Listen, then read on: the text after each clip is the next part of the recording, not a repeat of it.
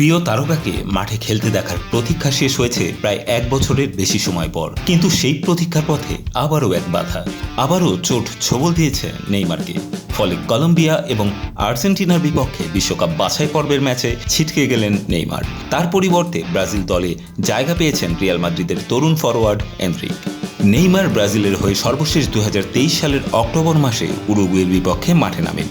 সেই ম্যাচে চোট পেয়ে তিনি এক বছরের বেশি সময় ধরে মাঠের বাইরে ছিলেন। সম্প্রতি সান্তোসে ফিরে চমকপ্রদ ফর্মে ছিলেন তিনি, যেখানে 7 ম্যাচে 3 গোল ও 3 অ্যাসিস্ট করেছেন তিনি। তবে 2 মার্চ ব্রাগান্তিনোর বিপক্ষে সান্তোসের 2-0 গোলের জয়ে আবারও পেশিতে চোট পেয়ে মাঠের বাইরে চলে যান নেইমার। ব্রাজিল ফুটবল কনফেডারেশন শুক্রবার জানায়, চোটের কারণে নেইমারকে বিশ্বকাপ বাছাই পর্বের দলে অন্তর্ভুক্ত করা হয়নি।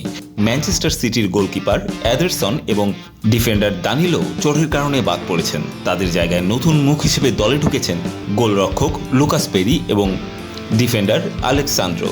তবে সবচেয়ে বড় চমক হল রিয়াল মাদ্রিদের তরুণ ফরোয়ার্ড এনরিক। প্রথমবারের মতো ব্রাজিলের জাতীয় দলে ডাক পেয়েছেন তিনি।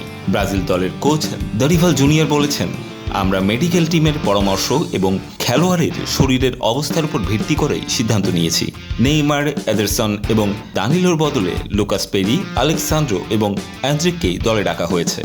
সামনের ম্যাচগুলো ব্রাজিলের জন্য খুব জরুরি, কারণ তাদের হার না মানার স্বপ্নকে ধরে রাখার জন্য কলম্বিয়া এবং আর্জেন্টিনার বিপক্ষে কৌশলগতভাবে শক্তিশালী ফুটবল খেলতে হবে। কিন্তু নেইমারের চোট এবং দলের তরুণদের অন্তর্ভুক্তির মাধ্যমে ব্রাজিল কি নতুন রূপে আত্মপ্রকাশ করতে পারবে, সেটাই এখন দেখার বিষয়।